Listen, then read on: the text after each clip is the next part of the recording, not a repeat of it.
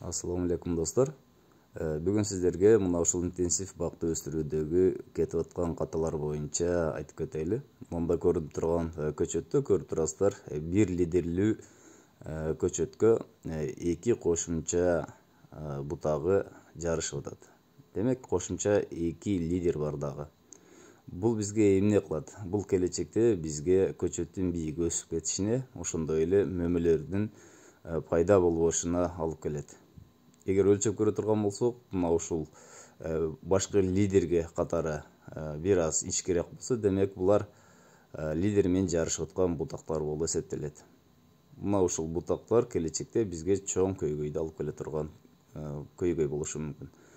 Булар убагында кесилбей калган же ийилип байланбай калгандан ушундай болот. Көпчүлүгүбүз ойлойбуз, мөмөсүн көтөрө албай калат, анан кийин ошон үчүн байлайбыз деп. Мунда көрүп атасыздар, мөмө мүчөлөр пайда болуп атат. Негизи максат муну мөмөгө отургузуш үчүн ийип байланыш керек. Азыр биз сиздерге муну столчо коюп кесүүнү көрсөтөбүз. Мына ушул үстү жагы кыскараак, асты жагы кеңирээк столчо коюлуп кесилет. Горизонтал абалда турган бутактардан өсүүчү азыраак чыгат.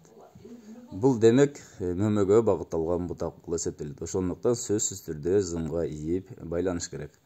Туугандар, азыр голландиячалык кесүү боюнча көрсөтүлүп атат.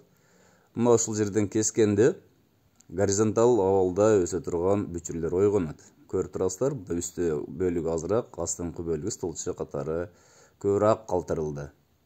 Экинчиси да ошондой кесилет. Мына ушундай кесилгенде горизонталдуу абалда чыга турган бутактар өөрчүй баштайт.